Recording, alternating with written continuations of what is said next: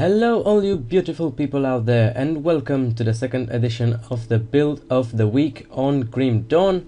And well, this week I actually went with something not as straightforward as the blaster that we did on the first edition, and well, it's a little bit more complicated, so to say. It is a Spellbreaker that uses Phantasmal Blades as the main skill, and you guys are just about to see it.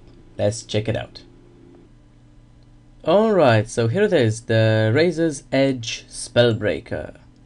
And I will go straight into the leveling process, and I will explain it as well as the skill points. Alright, so leveling can be quite difficult with this build, and there are two ways you can do it. The way that it is recommended by the original build that I took from the build compendium, you can find in the description, is to level with Kalador's Tempest.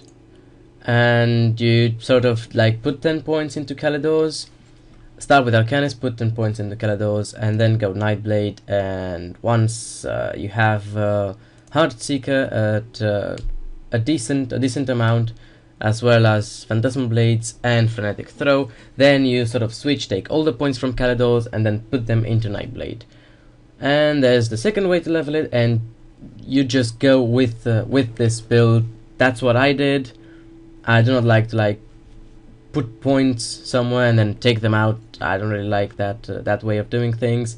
So I sort of just went brute force with the build right from the start, and I can tell you that until I was able to equip most of the items that are present in this version of the build, in the completed version of the build, I had quite a difficult time. It was not obnoxious, it was not like awful, but it can be quite difficult. And I also had some leveling gear. I took some epics from my stash to level with, so it can be quite difficult. It's not impossible, but it can be difficult. All right, now let's get to the bottom of this build. This is a quite complicated build, so I will have to explain a lot of stuff. But let's jump into the easy ones. So we got Phantasmal Blades. I did max this. I did put 16 points. The rest are from bonuses. Obviously Frenetic Throw, which is our build enabler. Only 12. Do not go past 12 points into Heartseeker. There's no point. We get Heartseeker because of the 100 chance to pass through enemies, so that we do not have to spam like only one target. It just passes through enemies, and it makes spirit and energy regeneration a bit more manageable. And also Nether's Edge, which gives us a ton of goodies. Chaos damage, percent pierce, and percent cold. Okay, so the issue that I encountered with this, I cannot max both Nether Edge and Phantasmal Blades and still have 12 points into Heartseeker due to the nature of the build, not enough skill points and all that. So I had a choice whether I should invest a lot into Phantasmal Blades or max Nether's Edge. And I did a little bit of theory crafting, and I actually think that this is the way to go, to max Phantasmal Blades and then put the rest that you have into Nether's Edge. And I actually do think that this is the best way to do it. I'm only missing 2 points, I believe, in Nether Edge to be totally complete. Okay, so we got this out of the way. I'm using Shadow Strike for movement, and also a really important thing, Phantasmal Blades does not work most of the time with destructibles like doors, and that's the reason why Shadow Strike is pretty important in my opinion. You can drop it, but I like the movement and the fact that I can just Shadow Strike a door or a destructible, and you know, I can get that out of the way. Otherwise I would have to just melee it, which does not feel all that good. We got Pneumatic Burst. For its self-explanatory, we got a little bit of a heal and a buff with Shadow Dance. These are only 1 point in all of them. Next up we have Phantasmal Armor. same 1 point. The bonus that we get from it is really nice for 1 point. Anatomy of Murder, same 1 point, a lot of cunning, a lot of bleeding, and some damage to humans, which is not all that important. And Merciless Repertoire, which is actually really nice for the cold. We're using this only for the cold, but for 1 point it pays off. Alright, let's jump into the Arcanist. And in here we have 1 point into the Elemental Exchange with Overload. Same, just 1 point. We got 1 point in the Mirror. For this is going to be our defensive. You can see that I actually skipped taking Blade Barrier, which might be a little bit unusual for this, but I do think that the Mirror is enough. At least for me, it was more than enough. I do not need Blade Barrier. 1 point in Inner Focus. It really pays off. Arcane Will, you can actually dump this. You don't really need it. If the monsters are getting to you and if you are actually taking damage, then you're doing something wrong, so this should not be active, but I think that for 1 point it is worth it. And then I put 8 points into Mental Alacrity. This is very important. With the items that I am using, +2 to all, I actually get the 10 out of 10, and further it doesn't make any sense to go any further. So that has been the skill tree, the build itself, and you can actually play around with it. You can get Veil of Shadow with nice chill, but again, if monsters are getting close to you, then you are actually doing something wrong. You should be at a distance, in ranged, and just shotgunning down everything. So you can also take Shadow Dance out, but I think it's worth it. And you can play around with most of the stuff. It's not really fixed, but I think that this build works for me, this variant of it, and I am actually very happy with it. Alright, here we are. Let's go to itemization. And well, in here there are a few things that are not as straightforward, and there's a lot of stuff that you guys can play around, but I shall give you what I went with, and you guys can decide for yourselves. Okay, let's start with the weapon. The weapon is actually straightforward. Is Maleficus. We're using this because of the casting speed. The casting speed is great.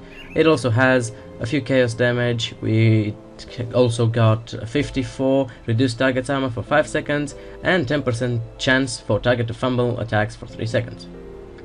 Okay, the important thing is also the component. We're using a cold stone, which also improves our cold damage. We got the cold damage from Heartseeker, which is also buffed by Nether Edge by 70%, and also Merciless Repertoire for 32%. And of course, because of the chill aura that it gives us, I actually went with a completion bonus for physique, and I shall explain that right away. Let's get to the offhand. We got Crushing Wheel, elemental damage, and elemental percent that also buffs our cold. We got Spirit, Energy Regen, but the really important thing which makes this item best in slot is the 21% casting speed. It also has +1 to the Elemental Exchange, which is nothing really that important. Now, here we're going to get where this the itemization can deviate from player to player. I prefer to use a Doomforge breastplate. I am not 100% sure this is the best item for this build, but I do like this particular item, and I think it actually works. It gives me vitality damage. Chaos damage is not that great. 20 physique, +6% health, and 20 vitality resistance. Of course, with the Hallowed Ground +1 to all skills in Nightblade. And the reason why I said that in here we can deviate, we can use the Herald's 3 set, which will give us +1 to all skills. We can use the Herald's Jacket, Herald's Mask, and Herald's Ward, but I actually went with the Mask of Delirium, which is a level 40 unique, level 40 epic, and it already has +1 to all skills, so I do not have to use 3 separate items that give me +1. Instead, there's only one item, the mask, that actually gives me that +1 to all skills. It also has cunning, energy, 8% chance to avoid projectiles, 26 skill disruption protection, which is also nice, especially now with, you know, the geomancers in Act 3 and whatnot. And that +1 to all skills. I have put a runestone component in it for elemental resist, and the completion bonus is for health. Okay, let's go back. And now we got Hermit's Legods. I'm not sure, again, there might be better items, especially a rare item that you might find might be a little bit better, but the Hermit is really straightforward, is a unique, is really easy to get, and it has +9 total damage, almost 200 health, offensive ability, defensive ability, and +4 to experience gained. And I have put an ancient armor plate in it with a 6% health completion bonus. The relic is really straightforward. We got Slaughter, +1 to all skills in Nightblade, gives us Piercing, which we use, Bleeding, which again we use, some Leech, the Leech is actually our most efficient defense mechanism right now on this Spellbreaker. The Leech is what keeps us alive, and for example, I said it before but I shall say it again, if there's some bad stuff on the ground, you might be better off than just killing the mob that has put that bad stuff on the ground, because if you kill the mob, then the AoE ability will not hurt you anymore, and you can actually survive inside most of the AoE abilities that monsters do from the Leech, and that's why we have a ton of attack damage converted to health. But another important thing with this Slaughter relic is the completion bonus, pierce damage, cold damage, but +2 to phantasmal blades. That is really good. The build, as I assume most builds have, is the utility pack, +1 to all skills, self-explanatory. I put a molten skin in it. You can replace that molten skin with something else, like a lightning resist instead of the fire, and it has a 100 health completion bonus. Alright, into the medal slot I got a General's Mark of Prowess. This can be replaced by another medal with Leech, for example, or if you actually have a better medal, then go for it. I like this one. It has total damage, physical, cunning, and offensive and defensive ability. And I put a vicious jawbone inside, physical, pierce, and the completion bonus is 12 lightning resist. Alright, the boots slot. I have Bloodhound Greaves. You're not really going to get a better epic. You can get a better rare, however, I do think there are better rares for this particular character, for this particular build, but this one will do. It's very easy to get, and it gives bleeding, cunning, 13% movement speed, 3% chance to avoid projectiles, and 41% slow resistance, which is alright. And the component is the Mark of Mogdragon. The reason why this particular mark is better is because it gives us elemental damage, and elemental damage will buff our cold damage. And again, the mark has +4% health, health regeneration per second, movement speed, and the traditional -15% damage to beastskin and beasts with a completion bonus of 6% health. The gloves. I chose Spellbinder's Grip. I do think they are a bit better than Inscribed Braces, but you can use both. Inscribed gives us more casting speed and elemental damage, but that one gives total damage, little bit less casting speed, but it has offensive and I do like to crit. So I chose the Spellbinder's Grip with Restless Remains in it. The Restless Remains gives us 110 energy plus 10% casting speed, and the retaliation chance with a completion bonus of offensive ability. You can use, however, Spellwoven Threads. It has only 5% casting speed, but you got that 12% energy drained, 50% of energy drained causes damage. So you can replace that component if you find that you need more energy regen or you got an energy problem. You can toy around with the components. Now I think this is the worst item that I have right now on this character, the shoulders. It is ordered salvaged pauldrons of heroism. It gives physical damage plus 21% physical, 2% physique, 2% cunning, and 12 chaos resist with mutated skills in it. The mutated skills, I think, is the best decision that you can make for the component. A lot of health and a little bit of armor. We already saw crushing wheel, so let's get down to the rings. Okay, I'm using 2 Alcamus's Anguish. You can use the set, however, and replace one with the Dread to get the bonus.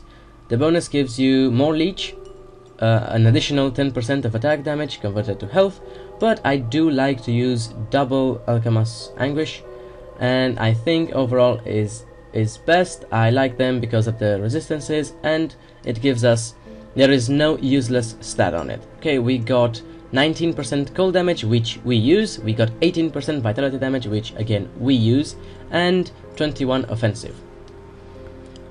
Alright, we have put Mark of Illusions with 11 other resist into this one, and right now in the other one I have same Mark of Illusions with 7% elemental resist. And the last slot is the Warp Shot. You can replace this as well. I do like it because of the chaos resistance and the 14% attack damage converted to health. So again, more leech. And it has a Dread Skull in it. I think the Dread Skull is the best decision. The completion bonus can be better. Instead of physical, you could get like cold or something else, but this works. Dread Skull with 9% physical damage as a completion bonus, and the component itself give us 15% physical damage, 8% vitality damage, and 3% total speed. So, as you guys can see, another interesting thing about this build is that we got a lot of different damage types, and I shall explain that right now. The Phantasmal Blade itself has piercing damage and bleeding, and it also has a base of 63% weapon damage, but the Frenetic Throw modifier converts 50% piercing damage to vitality damage, so we're also adding vitality damage on top of that. Next, we also got cold, and the cold is actually increased from this Nether Edge and Merciless Repertoire, and on top of all that we have chaos. So what does this mean? Well, this means that the Phantasmal Blades actually works fairly good and like on all monster types. Does not matter if there's like a Flame Revenant or whatever, it's going to work because, or a cold one. Okay, let's say there's a monster with a lot of cold resistance. Well, it's not going to affect this character all that much because I'm not doing just cold, I'm doing a lot of damage types, a lot of different damage types, and that is great because it's not like, it does not have a weakness in terms of monsters, in terms of damage. It's actually good overall, and I really like that concept, and that's one of the reasons why I decided to make this this build as build of the week. And the second, and I think most important, is that, well, it's a ranged character, and ranged characters are not that common right now in Grim Dawn. I mean, yes, they exist, they are doing quite well, but they're not that common, and I shall explain why. Because right now I do think that ranged characters are at a bit of a disadvantage, just because of the way the ranged attack works, and that's a little bit different than most ARPGs. It's a little bit more complicated, a little bit more realistic, and well, that is a bit of a discomfort for ranged characters. But this one works, I guarantee it, and you can check. Please check the gameplay video at the end of this video. It's going to be a full Steps of Torment clear, so that you guys can see this badass in action. And well, if you enjoyed this build of the week character, I suggest you guys try it out. It's not that difficult, it works really good, and well, it's really fun to play.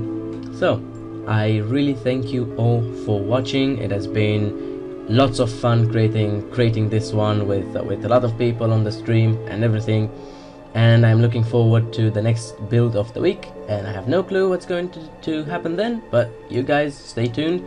If you've enjoyed this video, you can subscribe so that you can get a notification when there's another one posted. And again, I thank you all for watching, and I shall see you guys next time.